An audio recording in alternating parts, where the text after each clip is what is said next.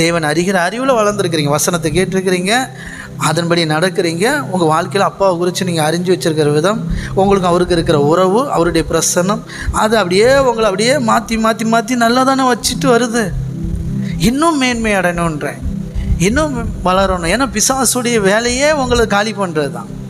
பிசாசுடைய வேலையே உங்களை வெள்ளத்தல்ற, உங்களை வியாதியை அடைய வைக்கிறது, சரிங்களா, உங்களை கடன் வாங்க வைக்கிறது, இப்படியே கஷ்டப்படுத்துறது தான் பிசாசுடைய தந்திரம், பிசாசுடைய வேலை. ஆனால் அப்பாவுடைய வேலை உங்களை முன்னேற்ற பாதையில் கொண்டு போகிறது, உங்கள் கடனை க்ளோஸ் பண்ணுறது, உங்கள் வியாதியிலேருந்து உங்களை பரிபூர்ண விடுதலையை தர்றது.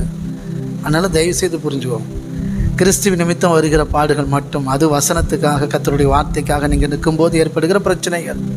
ஓகே, இதை தெரிஞ்சு வச்சுக்கோங்க. ஓகே, அதனால் இந்த கடன் பிரச்சனை, வியாதி பிரச்சனை சுத்தமாக இருக்கவே கூடாது. வைராக்கியமாக முடிவெடுங்க. அதில் வந்துலாம் இந்த 2025 விடுதலை ஆயிரணும். எத்தனை லட்சம் எத்தனை கோடி கடனாக இருந்தாலும் அடைக்கிறதுக்கு தேவனால் முடியும்.